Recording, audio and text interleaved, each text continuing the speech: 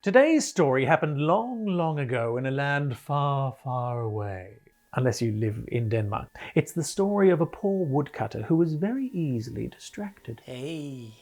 He had 5 sons, the youngest of which was called Hop o' My Thumb. Why, hello there. Ah, that sounds similar to Tom Thumb. No, it's nothing like Tom Thumb. Tom Thumb was actually tiny, like a weird insect child. Hop o' My Thumb was just a bit smaller than his brothers.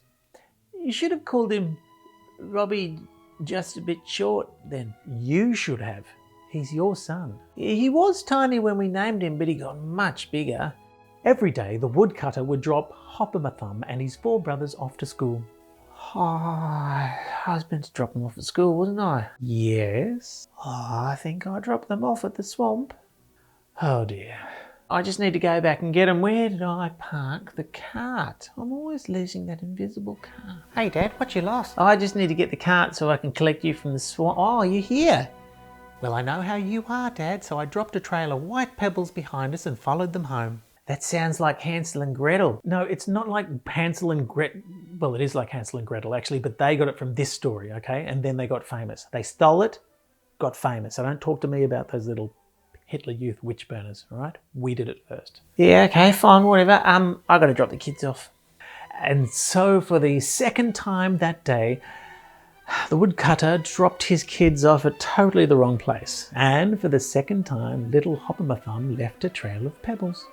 Has anybody seen my yogurt-covered raisins? I had a bag right here.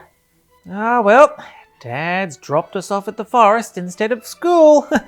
Not to worry, we can just follow this trail of... These are yogurt-covered raisins, and they've been eaten by the forest animals. The criminally negligent woodsman had dropped his children off in the middle of a spooky forest. Not to worry, I'll just climb this tree and see what's nearby. Wait down here, brothers. Little Johnny Not So Little climbed a tree, and what should he see nearby?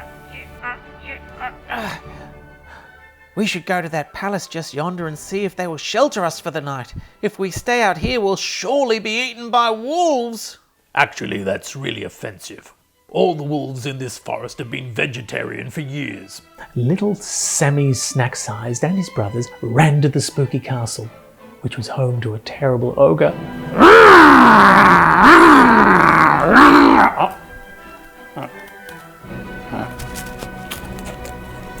The ogre had a very unusual way of eating beans, but apart from that was a very nice person. So when Ricky Delicious and his savoury siblings arrived on the steps saying, Please, sir, may we have a bed for the night? The ogre showed them to a fine bedroom. Here's where you'll be sleeping tonight, all night long. Okay, unless somebody eats you, which is not going to happen. Not in a minute. Statistically, would you like to see a graph? I've got a graph. You see, it's very unlikely that you will be in that part of the pie tonight. Sleep easy, kids. But Hop o' My Thumb was a suspicious little weasel, so he decided that he and his brothers should sleep under the bed. And hello, me again. Yes, listen, just before you go to bed, is it possible, could I show you my prized collection of antique breads? Antique breads? Very rare and valuable. You see this loaf right here? This was made over 400 years ago for Louis XIV. What happened to the first 13 Louis? Gluten intolerance. Anyway, this poppy seed bun was made over 20 years ago for the Pope. Why is it covered with flowers? Well, they were poppy seeds 20 years ago. Those are great, thanks. So, good night. Don't let the bed bugs bite. I was just kidding. Or am I? Yes, I'm kidding. I'm not a bed bug. I'm an ogre. And with that, the ogre left.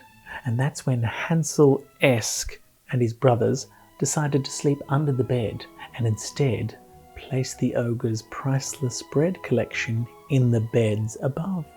I know what you're thinking.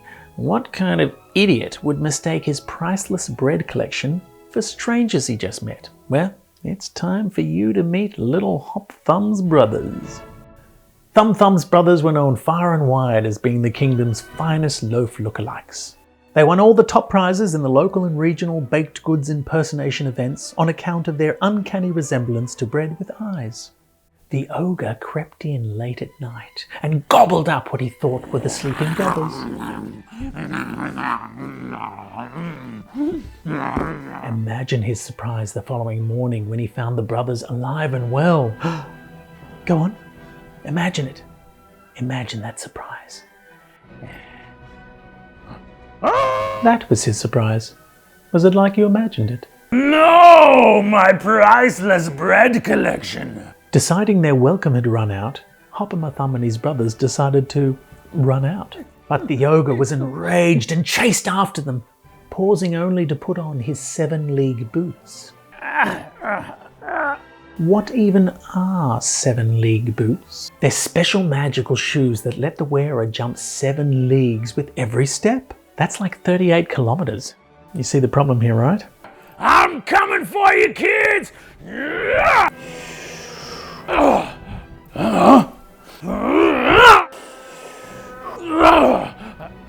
The ogre kept jumping right over the top of the kids. The boots were so good at covering distance, he couldn't get anywhere near them. This went on for quite some time. Eventually, the ogre was all tired out. Little Jimmy Hitchhiker was able to sneak up to the sleeping giant and steal the shoes. Because the boots were magic, they changed size to fit little Thumberg.